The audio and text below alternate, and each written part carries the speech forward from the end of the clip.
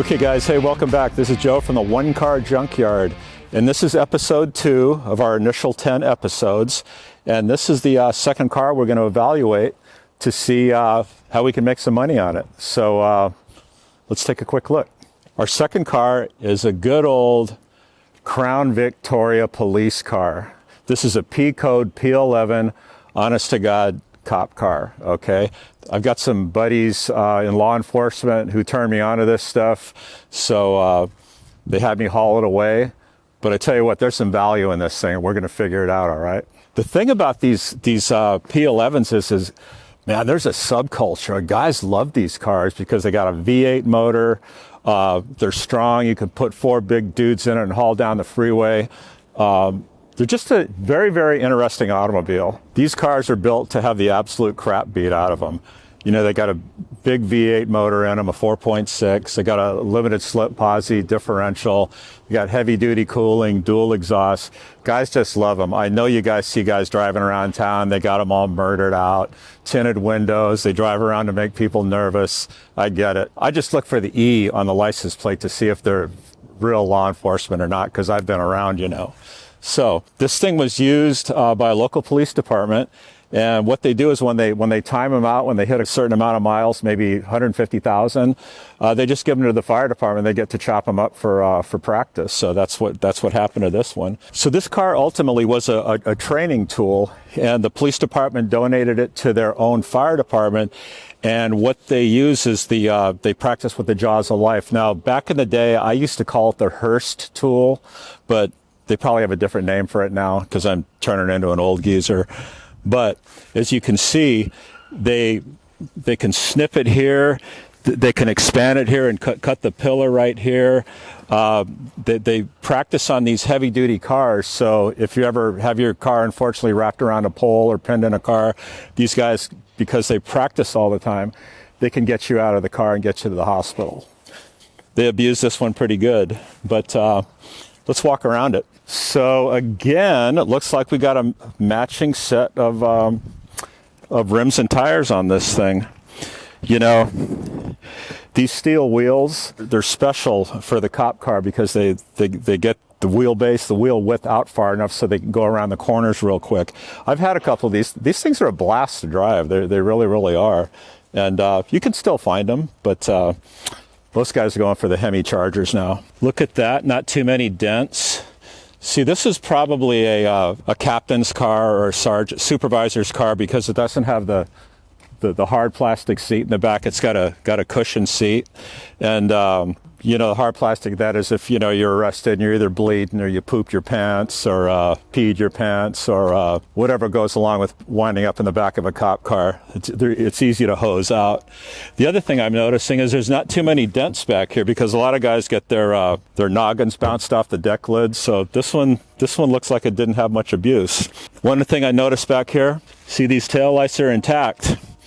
And the P11 has a black chrome strip here as opposed to the grandpa Crown Victoria. That indicates it's a police interceptor car. So if you were to take these taillights off and put them on OfferUp or Craigslist or eBay, believe me, there's going to be some guy that buy these things because these are actually pretty easy to break. Okay, let's keep walking around. Yep, see 4 matching hubcaps and rims. So guys buy these things. There's really a subculture of guys who are into the P11 cop car scene. I've actually seen videos where they ship these things to Europe and drive them around Paris and things of that nature. The Europeans love them, so it's an iconic car that's going to be around for a long time. Well, look what we found here. Okay, it's kind of looks like this officer got a gift certificate for Pep Boys, huh? He wanted to put this on his cheetah motif steering wheel cover, but I think it just happened to wind up here by mistake. So let's have the guys lift this one up and see what we got underneath. But I'm thinking $100 each for those taillights and maybe $150 for the rims with the center caps. That's something you'd be able to put on Facebook Marketplace or eBay or something like that, or factor that in and make a decision on another option of what to do for the car. But we're not really going to know until we get it up in the air and take a look. Okay, guys, we got our Crown Vic P11 up on the forklift. Let's see what's underneath. Crown Vic P11 code, P code cop car. Now, have you guys ever seen the movie Sling Blade with Billy Bob Thornton, and his character Carl is checking the gas on the lawnmower and he says, "Ain't got no gas in it"? Well, you'd be surprised how many cars have full tanks of fuel. And if you're pulling 10 gallons of fuel out of a car and you're driving some hoopty to get back and forth to work, that's $50 right there, okay? So you bear that in mind when you're getting your cars, checking the fuel and getting the fuel out of them. Okay, with these Crown Vics, they have 4 catalytic converters. They got 2 up front and 2 in the back. And I can tell you right now, that is about $250 in catalytic converters. Everything about these cars is heavy duty because they got the cop car application. Oh, this thing still has the resonators on it back here. A lot of guys, when they buy these things, they chop these resonators up and put straight pipes on it so it sounds more badass, sounds more throaty. It's got the big differential in it. I'm sure it's going to be a limited slip. A lot of other cool things. The shocks are heavy duty. No, another kind of cool thing about these cars is this front suspension system. A lot of guys use these on street rods, okay, or retro mods or just hot rod application. Basically, what is it, 8 bolts, and you drop the whole suspension system out of it. And that includes the cross member, a beautiful cast aluminum cross member with the beautiful cast aluminum lower control arms, the sway bar, the rack and pinion. And guys put these in early F-100s, put them in other things, but it's a really, really cool street rod part. So this car here, $100 in rims. We got $250 in cats. I'm going to say you could drop this out and fire sale it to a guy who wants to build a budget street rod. You should be able to get about $600 for that. We got the weight of the car, which is probably going to be about maybe $200. We got a few other things, but we got to get the car on the ground for me to show them to you. You guys are probably wondering, what do I mean by run it over the scale or throw it away?